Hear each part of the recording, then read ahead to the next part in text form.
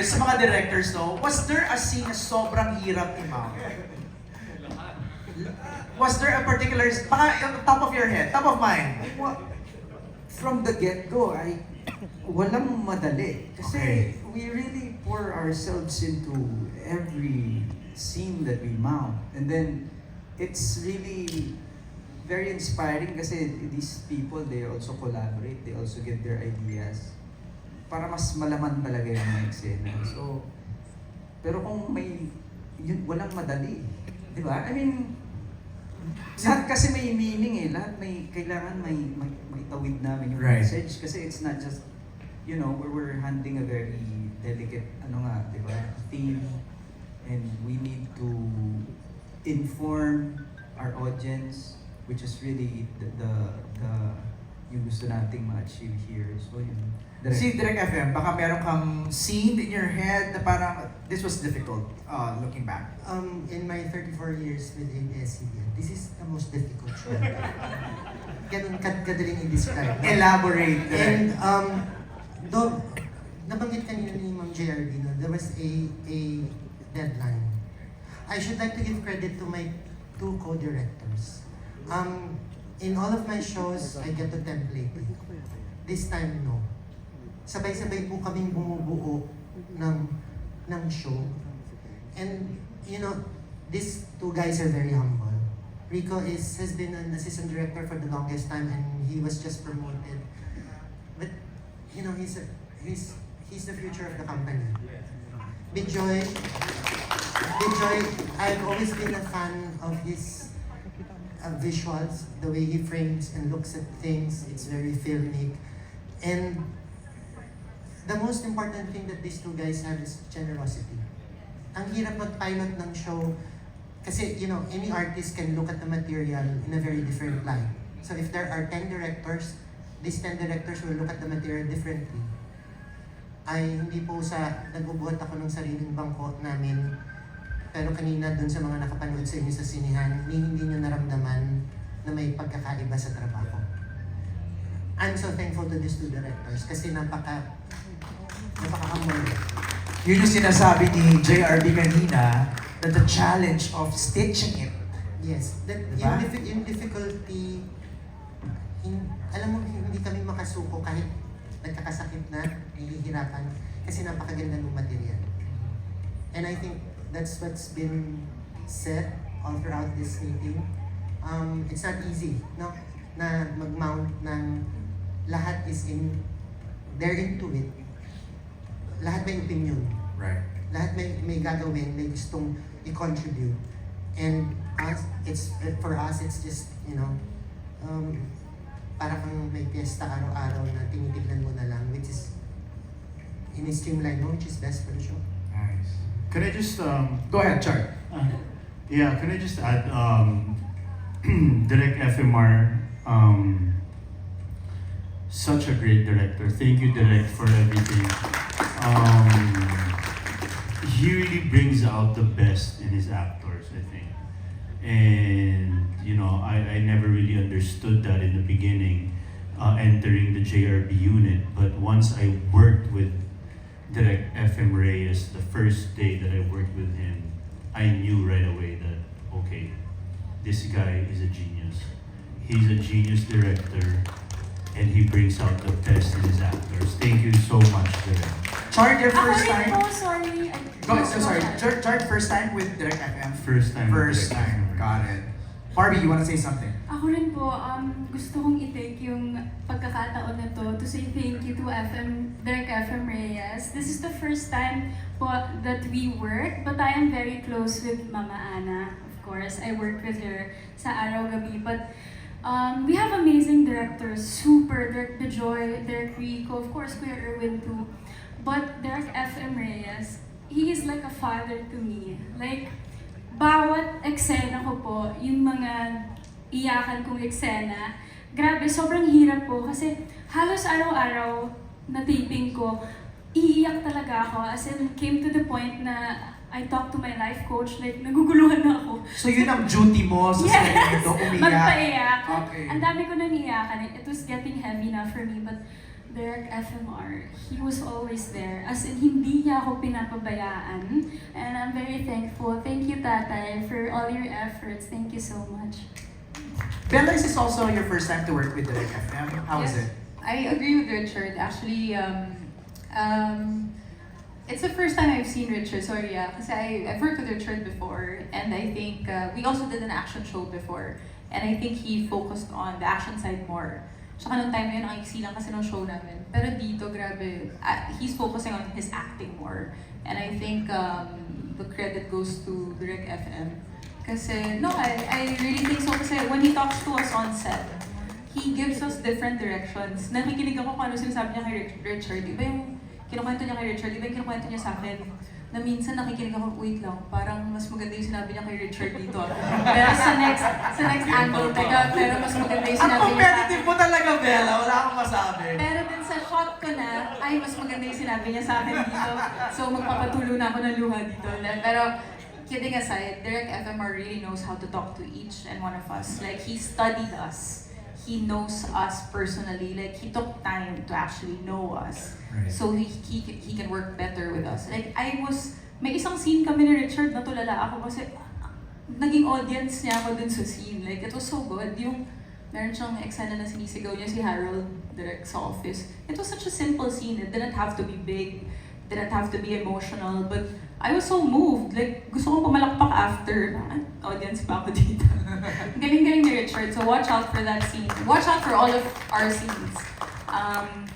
And I think because of that guidance, you know, lahat kami nagka-homework na bit-bitin yung mga tinuturo niya sa amin sa ibang units. So ngayon, we're very mindful na because he's giving us these gifts, these billions, pag lumilipat kami ng ibang unit, ganado kami na parang, teka, ito yung sinabi ni Direk FMR sa akin.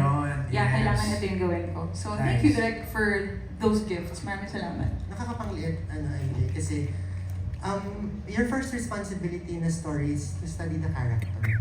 At sabi ko nga sa inyo, mahirap tumahi sa aming tatlo. Tapos kailangan namin magkasundo-sundo. So kung mayroon kang nailatag dun sa isang artista, ibibilin mo para maalagaan.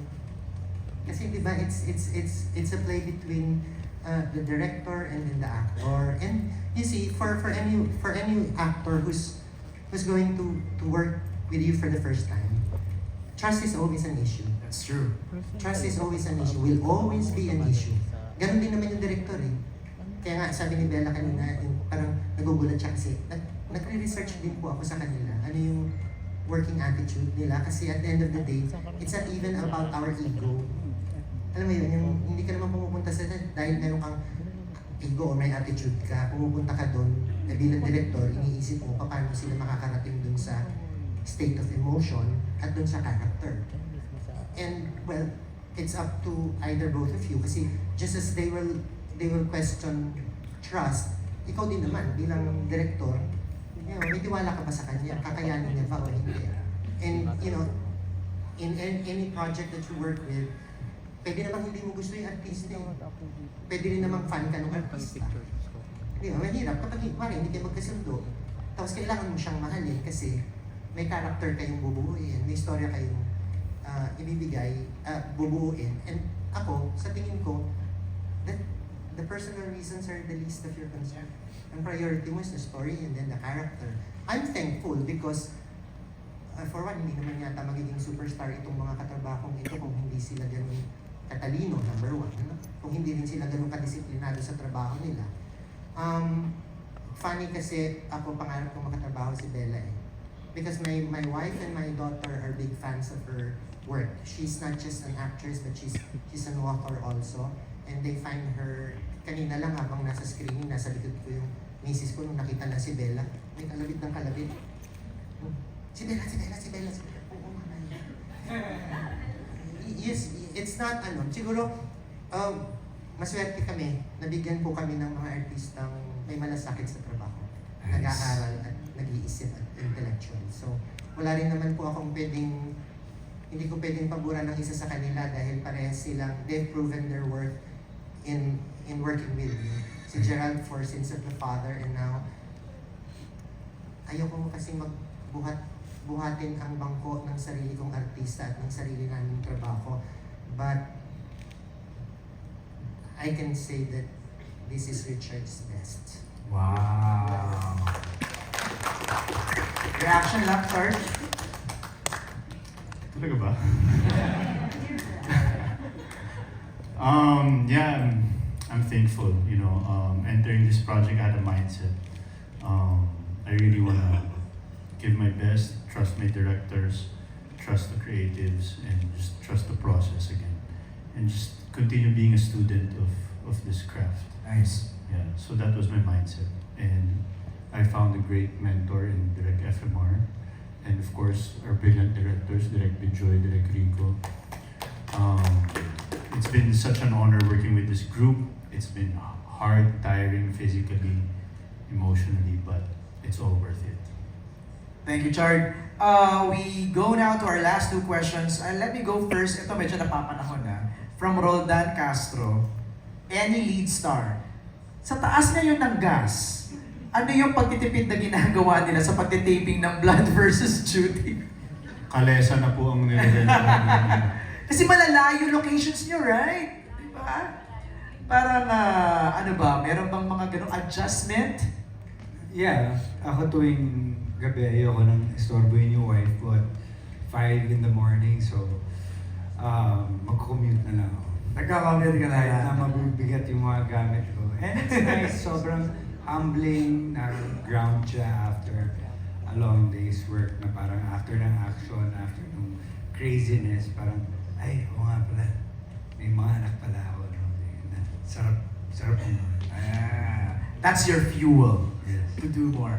Anybody else? Meron bang mga adjustments na ginawa? Sa taping, sa production? Tuloy-tuloy, are you still taping, Gerald, right now? Tuloy. Kaya hindi makapag-adjust kasi medyo tuloy-tuloy. Tuloy pa. That's why.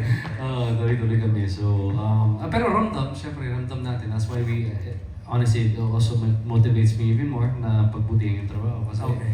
you know, alam natin yung state of calamity ng bansa natin. You know, we every time na we can give our audience, you know, 30, 45 minutes of entertainment, bigyan natin sila. Tama. Because hindi madali yung buhay ngayon.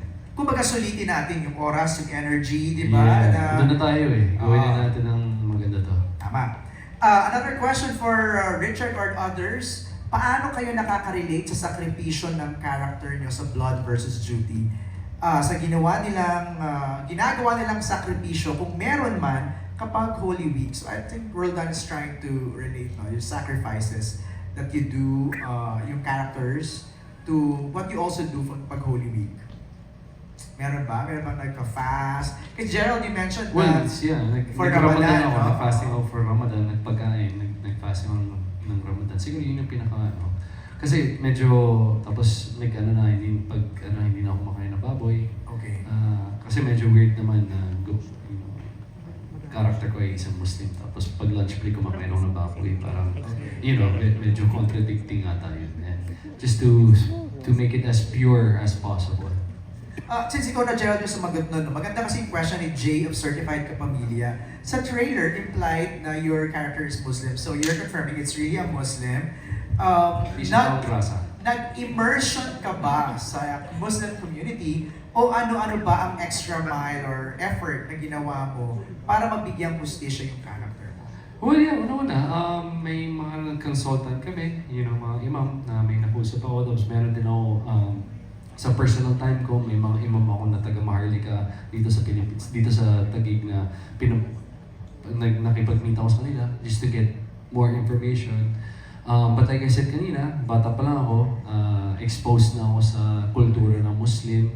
And I've always been fascinated sa Islam and so honestly, nung pinitch po sa akin, alam ng creatives to, unang slide pa lang, nung lumabas yung slide ng presentation, tapos parang nakalagay na isa akong moral warrior, isa akong Muslim. Alam mo, doon pa lang uuna ako eh. And this was coming from Sins of the Father, so medyo exhausted pa ako nun, medyo drained pa ako nun, pero nung nakita mo, sabi ko, wala, alam mo na sarili ko, gagawin ko to. So, doon pa lang, this is really a dream role for me. That's why you didn't take a break. After Sins of the Father and then your MMFF. Yeah, and then diretso dito. Diretso na. Diretso dito. So, we're always blessed naman, especially sa panahon ngayon to have work. Especially yung sitwasyon ng, this is my way of also fighting with the company, with ABS, di ba? Fighting to stay alive and to bring out the best content pa rin. Ito yung paraan ko para makatulong. Next question ni Jay is for Bella. This is your first full-length teleserye in a long time, in a long Yes. while. Can you share with us your thoughts about the challenges or excitement about going back to doing a serie? Yeah, it's been 9 years. It's also my first time working with the JRB production like Richard, so very excited. Different experience. Nakakapanibago kasi syempre pag pelikula, di ba, buo yung kwento pag binigay, yung script buo na. Tapos you're filming like 15 to 20 shooting days. So alam mo more or less na after nito, okay, may buhay na ako ulit. So ngayon na may taping na naman, na-realize ko wala na nga pala akong buhay na naman. Pero sinabi mo naman na parang you're so excited to go back. I am. No, I really am. Pero na-realize ko nga, iba ang payoff ng taping. Kasi yung pelikula naman, ang mahirap siguro is yung promo period na, di ba, pag binibenta nyo na yung movie nyo. Ito, ang sarap kanina nung nanonood kami sa Trinoma, kahit yung first 3 days lang, I felt like a fan of the show. Like, I was sitting at the edge of my seat, feeling ko, naiingay na si Gerald sa akin. Sabi ko, Gerald, kinikilabutan ako like Tito Jaime. Then I kept, discussing with Tito Jaime na, ang ganda nito, eksena to. Or bakit binali tong character na to. Sabi ko, teka lang, nabasa ko rin naman yung script part ako ng show. Bakit gulat na gulat ako? So, iba yung payoff ng taping, iba yung payoff ng teleserye kasi you'll see the work daily. So it grows with you, right? And it grows on you also. Like you start loving the work more and more as you watch it. And I hope, it feels the same for our audience and the work transcends through the screen. But syempre may adjustment from film to TV again. Will we see a different Bella dito? Kasi parang medyo Very different. nasasanay kami Bella dun sa drama, story. romance, Yes, love oo. story, especially with Special Memory, kakatapos lang. Yes, oo. Na napaka-makakalimutin ko dun, no? So, nadadala ko siya dito. And, yeah, very, very different. Without giving away too much, this is the first time I will be seen in this light. Okay. Yeah. Before we go to a surprise, siguro ano yung reaction niyo lang kanina, hearing yung mga palakpakan, reaction sa Trinoma? Baron? Sobrang grateful ako sa mga editors natin, no? Yes! Team editing, team post-production, grabe. Kaya pati yung post, sobrang galing niyo po. Maraming salamat for making us look good. Special effects. Special effects, Hanet din. Sound. Thank you. The sound team, lahat, like post-production team, hindi man namin kayo nakikita palagi on set, kahit palagi kayo nasa aircon, we appreciate you. We appreciate you. Sinead pa nga ni Richard. Tita Susan, what's your reaction kanina while watching it? You weren't there? Ito, Jaime. I was Aside from yung kwento mo kanina may lumapit sa'yo. No, I was totally engrossed. And as a matter of fact, medyo, may tama talaga, medyo may mabigat. No? Mabigat yung dating sa akin. Lalo nakatabi ko si Bella. Puro siya sa Bella. Nasistress ako! Nasistress ako! Ganyan yan. The whole thing. So, pero yun, it was very interesting. It's the first time nakita ko, kasi may mga eksena na, di ba, iba-ibang kumukuha, sabi nga nila, pero somehow na-stitched together somehow. Nice. And it looked like one movement. Cohesive, right? Romel, were you there? Direk Bobot? Direk Bobot? Andun ako, talagang gulat ako. Hindi ko akalain ganun pala yung ginawa namin. Ganda. Kasi first time ko napanood, so talagang maganda yung ginawa namin, kaya yung lahat kayo, pag napanood nyo, hindi kayo magsisisi. Tsaka, ang ganda dito ng taping namin kasi kasama ko si Barbie sa unit. Parang, dahil tinatanong nyo kanina, dahil first time nila magkasama ni Richard. Okay, go ahead. Ang nakuna ko lang kay Barbie, hindi siya napapagod. Kasi alas 2 na ng madaling araw, hindi siya napapagod kasi lilipat sa set namin si Richard. So, hindi siya napapagod talaga, kaya maganda talaga pala pag gumawa ka ng isang project. Merong parang excited sila magkita, di ba? Anong ginagawa, Direk Bobot? Todo mo na. Like sabi ko, ang tagal pa ba? Anong oras na ba? darating na si Richard, darating na. Kaya tatawagan ko na, okay na. Dahil inintay na lang namin yung eksena namin with Richard. So, parang kanina gusto ko sumingit, pero natutuwa ko kay Barbie talagang yung energy niya, hindi nagbabago eh. Grabe. Kaya, panoorin nyo. Masarap, masarap. Saya ng samahan namin at saka kina Direk, maraming salamat. Ibang klase si Direk. Pagka ini-explain niya yung nangyayari, talagang andiin niya ng hawak na sa script. Kasi pag nag-explain sa amin si Direk, naiiyak pa si Direk. Naiiyak pa talaga sa amin. Kaya Full on no? Emotions. nakakaya. Dapat talagang pag-aralan ko itong parang Right. So, ayan. Lahat kayong nanonood sa amin, maniwala kayo sa akin, panoorin po niyo ito. Nice. Okay, Barbie, Chard, reaction lang sa shinare ni Direk Bobot na ang energy mo daw ay walang humpay dahil... Akala ko reaction dun sa napanood kanina. Hindi. Nag-move on na tayo, Je. Nag-move on na tayo. Chard. Mataas naman talaga energy ko sa lahat, palagi. Yeah. Minsan napapataas ko yung energy niya, minsan blood pressure. Alright, okay. Ang tanong na lang, kailan pa ito mapapanood? Wait, meron pa ako. Ay, sorry. Sobrang saya ko Okay. kasi si Mama, umuwi siya, galing Bicol, lumipad siya ng isang araw para lang mapanood with all of us. So, Kanina. sobrang happy ako na napanood siya ng mom ko and sobrang happy yung mom ko. And love na love ko yung mom ko, nandito siya. Yay! Thank you! I love you! She's so proud of you. Super, thank you. Diba? Okay, Chard, kailan ba ito mapapanood? Ang Blood versus Judy.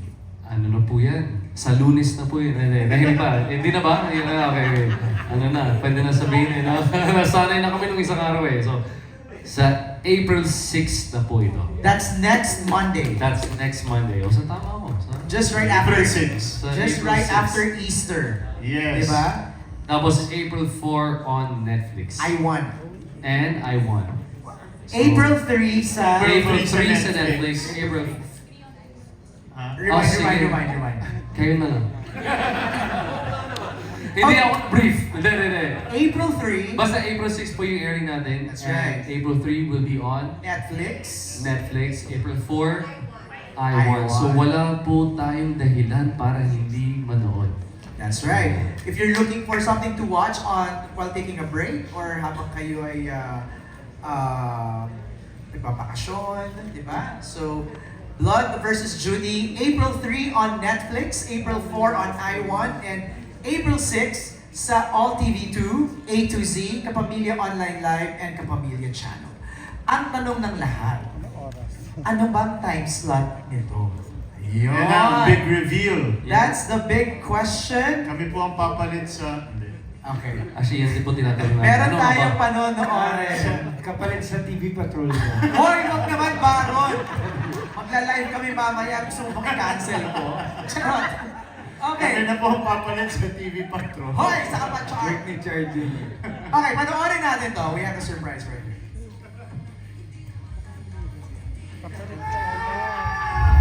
Simula ngayong April 6, This is big news. Big. dahan-dahan ang tensyon.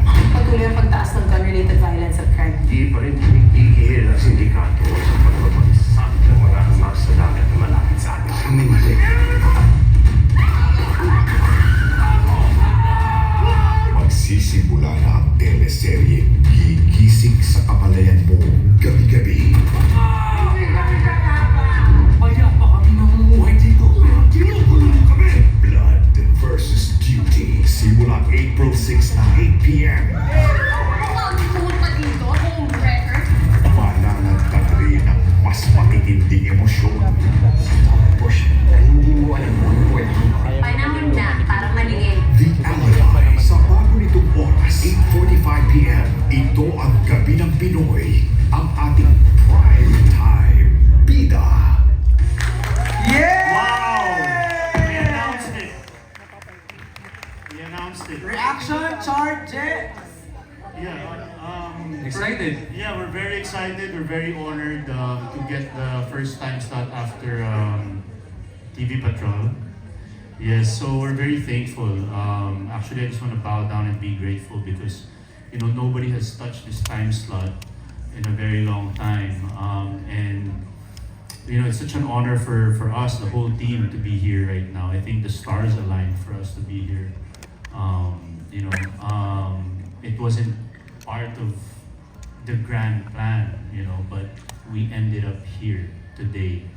And I'm just very thankful, very grateful to Tita Cory, to ABS-CBN, JRB Group, everybody behind JRB Group, Ms. Julie, thank you for your patience, your understanding, and your perseverance for, guiding us dito Bro, sa pwede mo show. pasalamatan si Ate Marisa. Si Ate Marisa!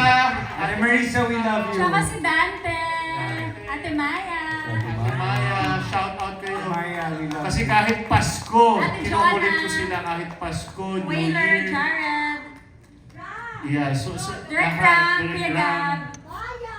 Gab. Yes. Oo. Kasi kahit Pasko, nung Pasko, kinukulit ko.